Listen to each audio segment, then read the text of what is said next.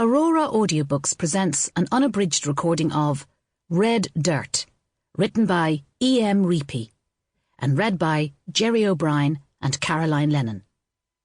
The moral right of the author has been asserted. This performance is owned by Aurora.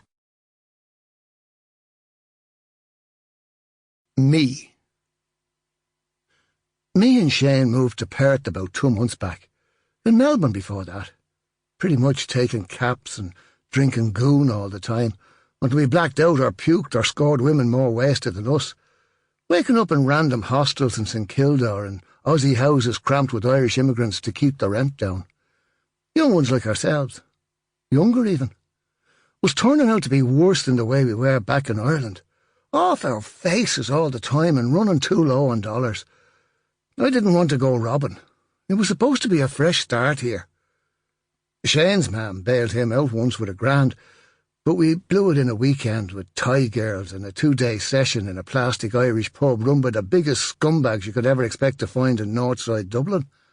They were legal and stuff in Australia, but I got the sniff of fugitives off them, that they could never go back home and they'd be arrested on landing.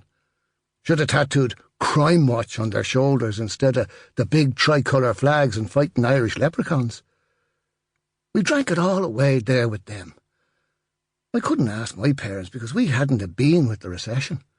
Our lad went bankrupt. Builder who got greedy and thought he could develop a site that was way beyond him. What a cliché. One of the main reasons I left Ireland was to get away from the small-town cunts who kept on about us, sneering at me folks. They'd have eventually murdered them biddies. Me old lady crying every day, verging on a breakdown. Couldn't be dealing with that. Anyway, we were down to our last bobs and heard Western Australia was how to go. Get into the mines as machine operators or truck drivers and be laughing all the way to the bank with our $2,000 a week wages. And it really was.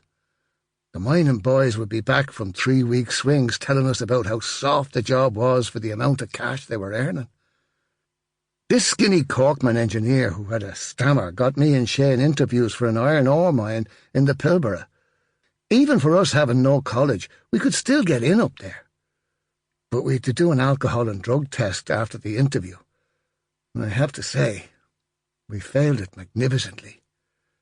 The Aussie interviewer asked me if I was feckin' serious when he looked at the results. "You've wasted my time, mate. Out," he said, and opened the door of his office. I reckon we'd have failed them. Sample complete. Ready to continue?